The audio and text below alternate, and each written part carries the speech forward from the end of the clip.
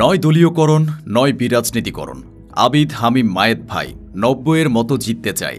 প্রতিশ্রুতি নয়, পরিবর্তনে প্রতিজ্ঞাবদ্ধ। স্বপ্নের ক্যাম্পাস গড়ার পথযাত্রী। আমরা থামব না। 6 ইয়েস 6 নো বা ১২ মাসের অ্যাকশন, ৩৬ ওয়েজ টু রিবিল্ড, অপরাজেয় ৭১, অদম্য ২৪।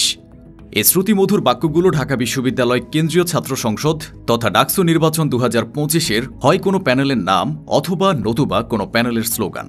এবারের ডাকসু নির্বাচনে প্যানেলের নামকরণ থেকে প্যানেলের অভ্যন্তরীণ বৈচিত্র্য, প্রচারণার অভিনবত্ব, ইউনিক ডিজাইনের লিফলেট বা প্রচারণা, বাহারি ইশতেহার, সুন্দর সুন্দর গান সবার দৃষ্টি আকর্ষণ করেছে।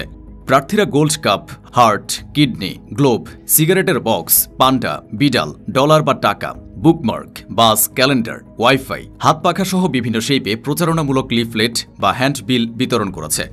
নিয়ম অনুযায়ী প্রতি বছর দেশের সকল বিশ্ববিদ্যালয়ের ছাত্র সংসদ নির্বাচন হওয়ার কথা থাকলেও স্বাধীন বাংলাদেশে হাতে গোনা কয়েকবার বিভিন্ন বিশ্ববিদ্যালয়ের ছাত্র সংসদ নির্বাচন হয়েছে। স্বাধীন বাংলাদেশের ৫৪ বছরে ৭ বার মাত্র ডাকসু নির্বাচন হয়েছে।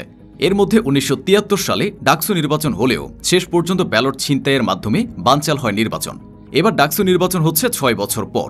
আর এর আগেরবার ২০১৯ সালে ডাকসু নির্বাচন হয়েছিল প্রায় ২৮ বছর পর। স্বাধীন বাংলাদেশে কোনো ডাকসু নির্বাচনেই সরকার দলীয় ছাত্র সংগঠনের বিজয় হয়নি। আবার অনেকে মনে করে ডাকসু নির্বাচনের প্রভাব জাতীয় নির্বাচনে এবং দেশের প্রতিটি ক্যাম্পাসে পড়ে থাকে। ২০২৪-এর ৫ই আগস্ট ছাত্র জনতার গণঅভ্যুত্থানে হাসিনার ফ্যাসিস্ট রেজিমের পতনের পর শিক্ষার্থীরা ছাত্র সংসদ নির্বাচন আয়োজনের দাবি জানাচ্ছিল। ডাকসু নির্বাচনের দাবিতে ঢাবিতে কয়েকজন শিক্ষার্থী অনশনও করেছিলেন। অবশেষে আয়োজিত হতে যাচ্ছে এই মঙ্গলবার ৯ সেপ্টেম্বর ৩৮তম ডাকসু নির্বাচন। ডাকসুর সাথে সাথে জাহাঙ্গীরনগর বিশ্ববিদ্যালয় ও রাজশাহী বিশ্ববিদ্যালয়েও বইছে নির্বাচনী হাওয়া। চট্টগ্রাম বিশ্ববিদ্যালয়েও তাদের ছাত্র সংসদ ডাকসুর নির্বাচনের রোডম্যাপ দেওয়া হয়েছিল।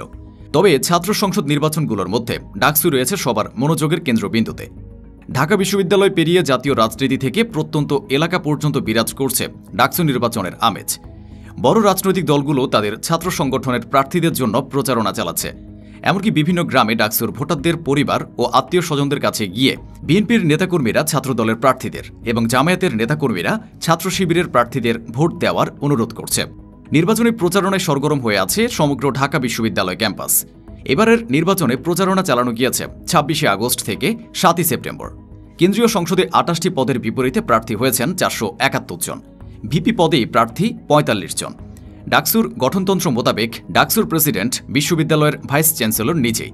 আর নির্বাচন হবে ভিপি, জিএস, এজিএস, ১২টি সম্পাদকীয় পদ ও ১৩টি সদস্য পদে। হল সংসদে রয়েছে ভিপি, জিএস, এজিএস, ৬টি সম্পাদকীয় পদ ও ৪টি সদস্য পদ, সর্বমোট ১৩টি পদ। অর্থাৎ একজন ভোটারকে মোট ভোট দিতে হবে ৪১টি। ১৮টি হলের মধ্যে ৩৯,৭৭৫ জন ভোটার রয়েছে। ভোট গ্রহণ করা হবে ১১টি কেন্দ্রে সকাল ৮টা থেকে বিকাল ৪টা পর্যন্ত। নির্বাচনের সময় পুরো বিশ্ববিদ্যালয় ঘিরে অবস্থান নেবে সেনাবাহিনী। ভোট গ্রহণ এলইডি স্ক্রিনে সরাসরি সম্প্রচার করা হবে। এবারে ডাকসু নির্বাচনে 9টি পূর্ণাঙ্গ প্যানেল প্রতিদ্বন্দ্বিতা করছে। এছাড়াও একাধিক স্বতন্ত্র প্রার্থী জোটবদ্ধ হয়েও চালাচ্ছে প্রচারণা। তবে প্যানেলগুলোর মধ্যে মূল প্রতিদ্বন্দ্বিতা হবে ছাত্রদল সমর্থিত বাংলাদেশপন্থী শিক্ষার্থী ঐক্য, শিবির সমর্থিত ঐক্যবদ্ধ শিক্ষার্থী জোট এবং বাকজাস সমর্থিত বৈষম্য বিরোধী শিক্ষার্থী সংসদের মধ্যে।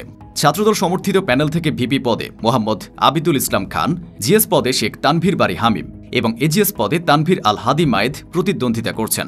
শিবির সমর্থিত প্যানেল থেকে ভিপি পদে মোহাম্মদ আবু সাদেক বা সাদেক কাইয়ুম, জিএস পদে এস.এম. ফরহাদ এবং এজিএস পদে মোহাম্মদ মহিউদ্দিন খান প্রতিদ্বন্দ্বিতা করছেন। আর বাকজাস সমর্থিত প্যানেল থেকে ভিপি পদে আব্দুল কাদের, জিএস পদে মোহাম্মদ আবু বাকের মজুমদার এবং এজিএস পদে আশরেফা খাতুন প্রতিদ্বন্দ্বিতা করছেন। তবে ভিপি পদে এই ৩ দলের প্রার্থীদের পাশাপাশি প্রতিদ্বন্দ্বিতায় আছেন স্বতন্ত্র শিক্ষার্থী ঐক্যের উমামা ফাতেমা এবং স্বতন্ত্র প্রার্থী শামীম হোসেন। জিএস পদে বামদের প্যানেল প্রতিরোধ পর্ষদের মেঘমল্লার বসেও চ্যালেঞ্জ জানাচ্ছেন অন্যান্য প্রার্থীদের। এছাড়াও একই পদে অভিনব অনলাইন প্রচারণা ও স্যাভেজ বক্তব্যের কারণে আশিকুর রহমানও আছেন আলোচনায়। এজিএস পদে বাকচাষের দলীয় প্রার্থী ছাড়াও আরও আছেন ৪ জন বিদ্রোহী প্রার্থী, যাদের মধ্যে তাহমিদ আল মুদাসসির আবার শক্ত চ্যালেঞ্জ জানাচ্ছেন অন্যান্য প্রার্থীদের। নির্বাচনী প্রচারণাকালীন সময়ে আচরণবিধি ভঙ্গ, ভোটারদের খাওয়ানো, প্রার্থীকে নির্বাচন ত্যাগ করতে চাপ প্রদান, গুজব রটানো সহ নানা বিষয়ে বিতর্কের সৃষ্টি হয়েছে। নির্বাচনের সময় প্রতিদিন রাতে স্টার কাবাব হোটেল এবং পুরান ঢাকার নাজিরা বাজারে ভোটারদের প্রার্থীরা বিরিয়ানি খাওয়ান এমন রব উঠেছে। এটি নিয়েও চলছে হাসি তামাশা। আবার নির্বাচনের দিন সহিংসতা হতে পারে সে ভয়ও কাজ করছে অনেকের মনে। এবারের প্রার্থীদের প্রচারণায় অভিনবত্ব সবার দৃষ্টি আকর্ষণ করেছে। অনেকে গান গেয়ে প্রচারণা চালাচ্ছেন, নির্বাচনের সং রিলিজ করেছেন, গাইছেন প্যারোডি গান, কেউ কেউ বানাচ্ছেন প্রচারণামূলক ভিডিও।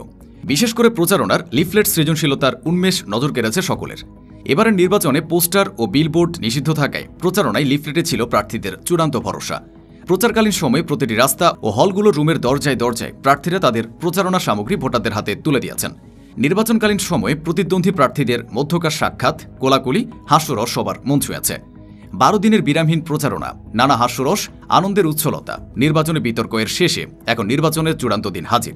9 সেপ্টেম্বর বিকাল 4টায় ভোট গ্রহণ শেষ হওয়ার পর আনুমানিক আরও 8 ঘণ্টা লাগতে পারে চূড়ান্ত বিজয়ী কারা তা জানতে। Jan Pulse, your voice hour pulse.